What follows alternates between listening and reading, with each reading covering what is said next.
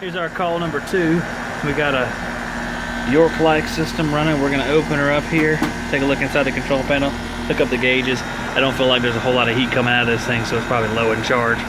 So we'll see. Yep, she's not doing too good. I'm pretty sure our target superheat is less than 65.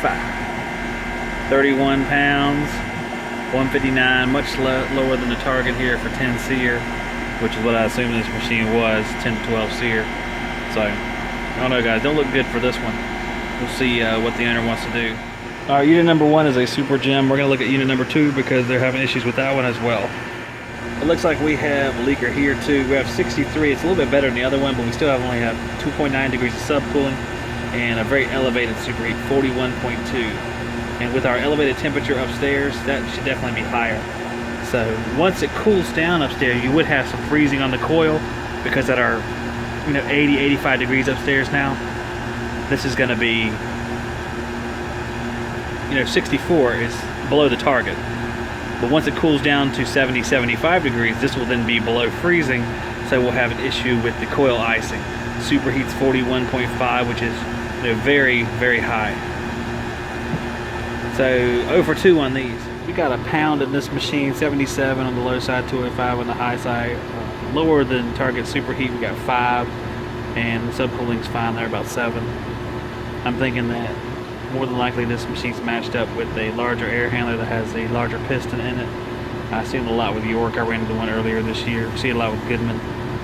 So that's about as best we're going to do without switching out the pistons. And this is the machine the lady said she's wanting to change out. She wants to change them both out, but wants to do one at a time. So we're going to leave it like this until she swaps them out.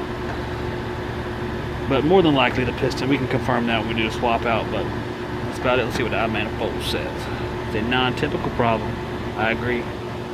Non-typical. Loss of charge, wrong piston, bad life. But she is draining a little bit over there, so temperature should come down. We'll let it run for a few more minutes. I feel sorry for these people on the other side of the street. There is some kind of deal going on with the fire department in Hampstead, North Carolina, and the road's all torn up. And that's like 4 miles back in the other direction, and like they're not moving at all. That would super duper suck. I think I'm gonna drive up to Holly Ridge instead of coming back this way. I sure hope I don't need more refrigerant. I'm not positive, but I think I need to clean out my shop vac more often. Not positive. All right guys, we have this train from 2000 something another, XR11, hooked up to a 1990 wall mount train air handler. It's like an apartment style. And of course it's doing just beautifully. Check this out. A 25 degree temperature split. I guess that would only be good if you had like no humidity at all. But let's see our system performance. We need to have about a 17.6. We have 25.7, which is way too much. I cleaned off the coil in place, so it was worse than this before. Our target is way up here. We're way down there. We're over the target on the other side, most likely because we have an undersized piston from a less efficient unit, undersized metering device, whether it be a piston or a capillary tube. And it's just, this is what happens when you mismatch equipment. We have no superheat. We have 30 degrees of subcooling. If we take anything out, we're gonna lose a little bit of pressure we have and go below freezing. So, just not very good at all. Here's our measurements, guys, again. We have 65, 231, so below on the suction, above on the head. See, we have 50 degrees supply air. We have about 26 degrees split, which is super aft successful. Let's go to our troubleshooting and see what it says. System measurements indicate low airflow.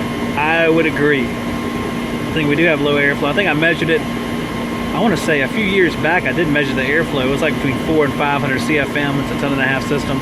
So it's definitely low. Let's see what it says it is now. One-handed man. Oh, come on now. It says our airflow is 497. All right, so it's about right. Very crappy.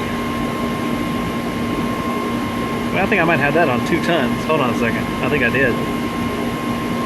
Hold the phone. I did. I had it on 2 tons, so it's less than that. It's like 400. 242 CFM per ton, and add another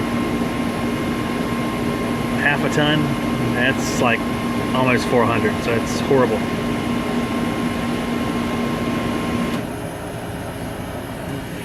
The Goodman's finished. Now we can finally talk quietly. Good grief. So airflow sucks, that's for sure. The mismatch is making this even worse.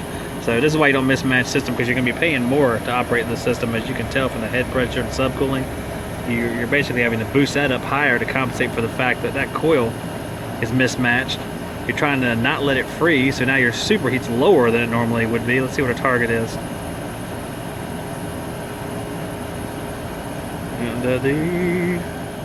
17.5.